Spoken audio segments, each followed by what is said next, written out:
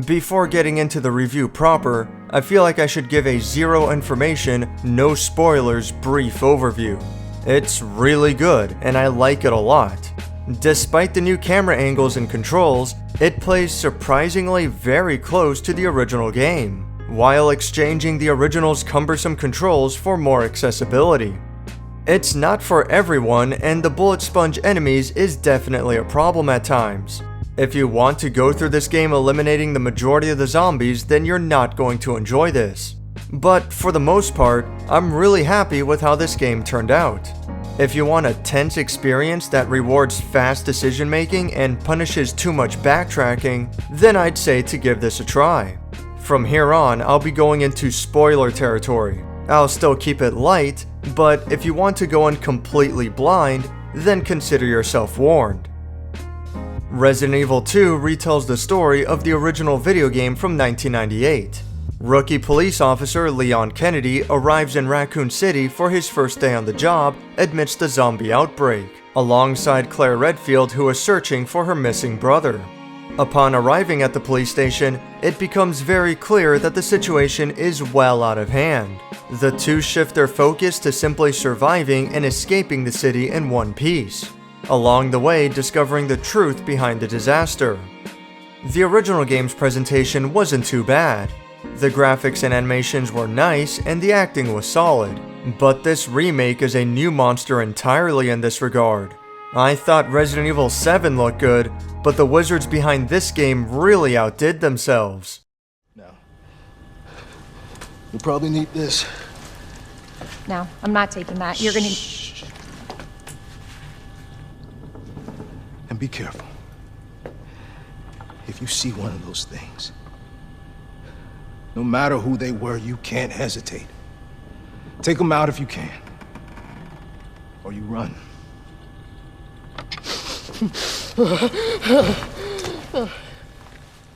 Facial animations in particular look incredible. Water effects are nice, and the characters do little animations when going in and out of the rain and coming back indoors. Zombies and monsters will change their textures depending on where they got shot or if they've been burnt. And head explosions come with a satisfying flapping of flesh and skull. I don't know if this is the best looking game of the current generation, but it is certainly trying to be. My only real complaint on the game's looks is that the environmental lighting doesn't really work properly. Going from a brightly lit room into a dark one clearly doesn't look right. Thankfully, this doesn't happen too often, and even so, the game still looks great. The music is solid too, which is something that I was a bit worried about. Instead of having a constantly running soundtrack like the original game, the remake instead gives themes to different enemies, alerting the player on what threats are nearby. Speaking of which, I highly recommend playing this game with headphones. The subtle sound effects and the direction that they come from is really impressive. Even just the stereo sound is great, but do use the binaural 3D audio option if you can. There's a huge emphasis on using headphones for this game, and it goes to show how much work they put into the sound design. The story is very hit and miss. Character motivations and dialogue are much better, and the storytelling itself is improved from the original. It's very similar to the source material, but even some side characters like Marvin and Kendo get more characterization to them without compromising the original vision. The famous B scenarios from the original game are back as well, but here's where I start to have some issues. The only differences between the A and B scenarios is who gets to the police station first, which changes the very beginning of the game a little bit, but after that, you're retreading old ground. It's one of the things I mentioned in my review of the 1998 release, but the remake is even more shameless about reusing assets. At least in the original game, things like the unicorn medal and the crank would be in different spots depending on the scenario. This time, however, so much of the game remains exactly the same. There's hardly a real difference between the Leon A or B scenarios, or the Claire A or B scenarios for that matter. In fact, on top of that, there's hardly a difference between Leon's and Claire's campaigns at all. They do have a few exclusive areas, but for the majority of the game, they retread so much of the same ground. Each scenario even has the exact same boss battles, which contradicts itself for continuity purposes, but that's hardly the biggest issue here. You have to do the exact same battles for all 4 scenarios, except for the final boss, which is exclusive to each character. At least the bosses themselves are pretty good, and I do enjoy fighting them. They're a massive improvement over the original game. Although compared to other contemporary games, I will admit that there isn't actually a whole lot exciting here, and it still boils down to simple hit and run tactics, just like the original game. It's probably good enough for a slower paced horror game, but something about it still feels a little lacking to me. There are very few unique gameplay segments between the scenarios, and most of the puzzles are repeated. I can understand the zapping system not being in this time. Even though it was iconic of the original game, it would still be a ton of work to implement. However, I don't get what's the point of having 2 different scenarios being so similar to each other, and then even bothering to have B scenario versions on top of that, which are hardly changed at all. It's by far the greatest disappointment in this remake. The only real difference between Leon and Claire is their unique weaponry, and that leads me to the game's combat. As long as you stand still and aim your gun, the crosshairs will close and allow for pinpoint accuracy, the exceptions being the shotgun, grenade launcher, and a few other weapons. But for about half the game, you're likely going to be using the handgun. This forces the game to have a much slower pace and methodical take on how adversaries are dealt with. Zombies are slow, but they are incredibly powerful. 3 zombie bites without healing will usually result in a game over. It's an unforgiving game that forces the player to be very careful with their decisions, and although healing items are plentiful, it's easy to go through them all quickly. The common complaint that people tend to have with this game is that zombies are absurdly difficult to kill. It can take 5 headshots or more just to put a zombie on the ground, and that hardly means that they're no longer a threat. They can get back up sooner rather than later, and they'll chase players from room to room and across staircases. Their only real weakness is that they're slow and easy targets, but they'll eat all your bullets if they're blocking your path. Worse yet, they can get back up almost immediately after falling over. There's no assurance that you're safe once they hit the ground, and they can grab your leg as you attempt to run past. The only thing that can put them down for good is a head explosion, which can happen randomly with the handgun if you're lucky, or by taking the time to slash a crawling zombie with a knife over and over. I'm okay with the zombies being strong, but there's too much uncertainty at play.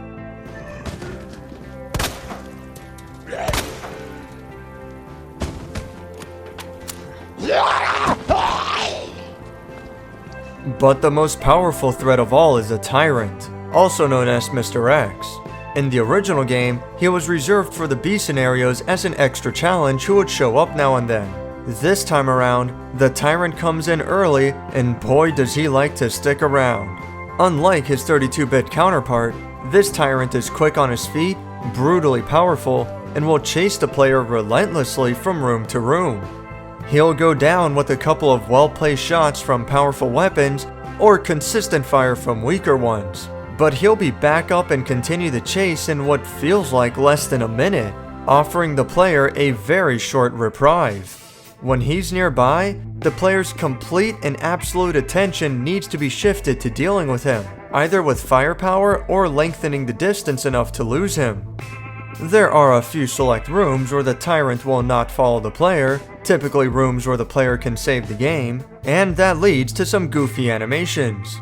The player can then decide to rush back out and face the Tyrant, or simply wait for him to leave, which costs precious time for speedrunners but won't mean a whole lot for more casual players.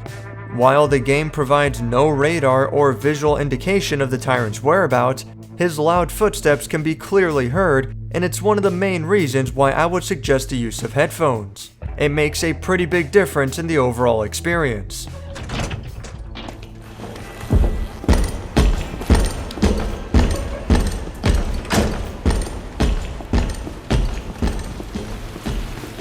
Other classic enemies make their return as well, such as the zombie dogs and the lickers. Lickers in particular feel far more powerful than in the original game. A shotgun was plenty good enough back then, but it seems these liquors demand more of a Magnum variety if you want to see any results. Even then, they'll still take multiple shots, but at least they'll stay dead. There's something a friend of mine pointed out that I think rings true. Every enemy in this game has a consistent defense and will stay dead after a set number of shots, except for the zombies and the tyrant. They are the true threats of this game. Like I said in my impressions of the demo, this game is based around stunning zombies just long enough so that they are not a threat for the immediate short term. Then you need to search the room, scavenge for supplies, or solve whatever puzzles are nearby before they get up again. On the player's first time through, this is an absolute nightmare. You won't know where to go or what to do, so you'll backtrack in and out of rooms only to find yourself head to head against the same zombies over and over again who just won't stay dead. On subsequent playthroughs, once you know what to expect and more or less what items you should be looking for, this becomes far less of an issue. I also like that zombies being so resilient keeps the game challenging for even veterans, which was a bit of a problem for the original game. Once you had the 1998 game memorized, the whole thing was a total cakewalk. For the remake, it'll take more than memorization, but memorization certainly helps a ton too. As long as you already know the necessary password or locker combinations, then you can skip right to a safe or a locker without actually finding the answer necessary to open it. On the one hand, it does offer some interesting sequence breaking, but on the other, I think it's way too much leeway considering how good some of these items can be. It's such a strange game. I feel like for every 2 steps forwards, it takes a step back. But for all of my complaints, I do absolutely love this game. The controls are tight and precise, and landing shots feel so satisfying. Unlike The Evil Within, where you were at the complete mercy of a dice roll to see if your bullet lands, Resident Evil 2 doesn't mess with the player like that. It offers a fair challenge in its controls, with the zombies and tyrant being maybe a little questionable in their power. They become easier to deal with once you learn the game, but that initial playthrough is definitely rough. The level design, enemy placement, and general progression will stump new players pretty hard, but after 1 or 2 playthroughs, it becomes much easier to zip through. The more I talk about it, the more it sounds just like the original game. Too bad Extreme Battle Mode didn't make its return. I feel like the remake desperately needed an arrange mode like that to help make up for the monotony of the main game's so-called 4 campaigns. However, Fourth Survivor did make its return, and it is fantastic. The rooms are varied enough to stay exciting, while the player is given just barely enough supplies to make it through alive. However, mastering the game and getting that treasured speedrun is so gratifying. Enemy behaviors are a little bit random here, but not so much as to ruin the game. And it's short enough to encourage players to keep trying to beat their best times. As far as the Fourth Survivor remake goes, they nailed it, and that music rocks. Same goes for the legendary Tofu Survivor, and there's a great bonus waiting players who manage to complete it. Unlike before, the remake only needs to be completed once to unlock Fourth Survivor, rather than completing the game with a high grade, so it's a lot easier to unlock this time around. As a final note, I figured that I should do a comparison since I now have a PlayStation 4 Pro.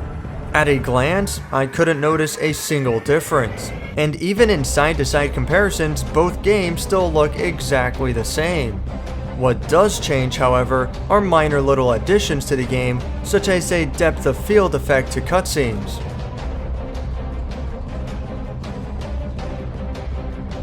You can also see that rain is added and more visible outside the windows on the PS4 Pro. More importantly, this segment of Fourth Survivor would often have a dip in frame rate. However, it remains smooth on the PS4 Pro. Even so, I wouldn't say that the upgrades are anything to run out for. Keep in mind that I don't have a 4K TV, HDR, or any of that fancy stuff. I'm just playing on basic 1080 progressive, and it's perfectly possible that I am missing something major here. But even so, I feel like it's going to be a little tough to justify that extra $100 difference. Giving the Resident Evil 2 remake a recommendation isn't so cut and dry for me. It's a frustrating game that requires patience and many failures to finally understand. But waiting underneath the struggle is a fun experience for both casual fans and hardcore speedrunners alike. Even Resident Evil veterans may not be too happy with zombies not staying dead, or the absolutely relentless pursuit of the tyrant. But if you can go into this with an open mind, then you might be surprised by how much fun you'll end up having. To be honest, $60 is pushing it. All 4 campaigns are too similar to each other, and while the 4th survivor is great, it's also really short, just like the original game. While the hardcore difficulty is definitely worth trying out, all of this similarity does hurt the replay value quite a bit. But if you can wait a few months and get this for $40, I'd say it's well worth it. Thanks for watching my review on the Resident Evil 2 remake.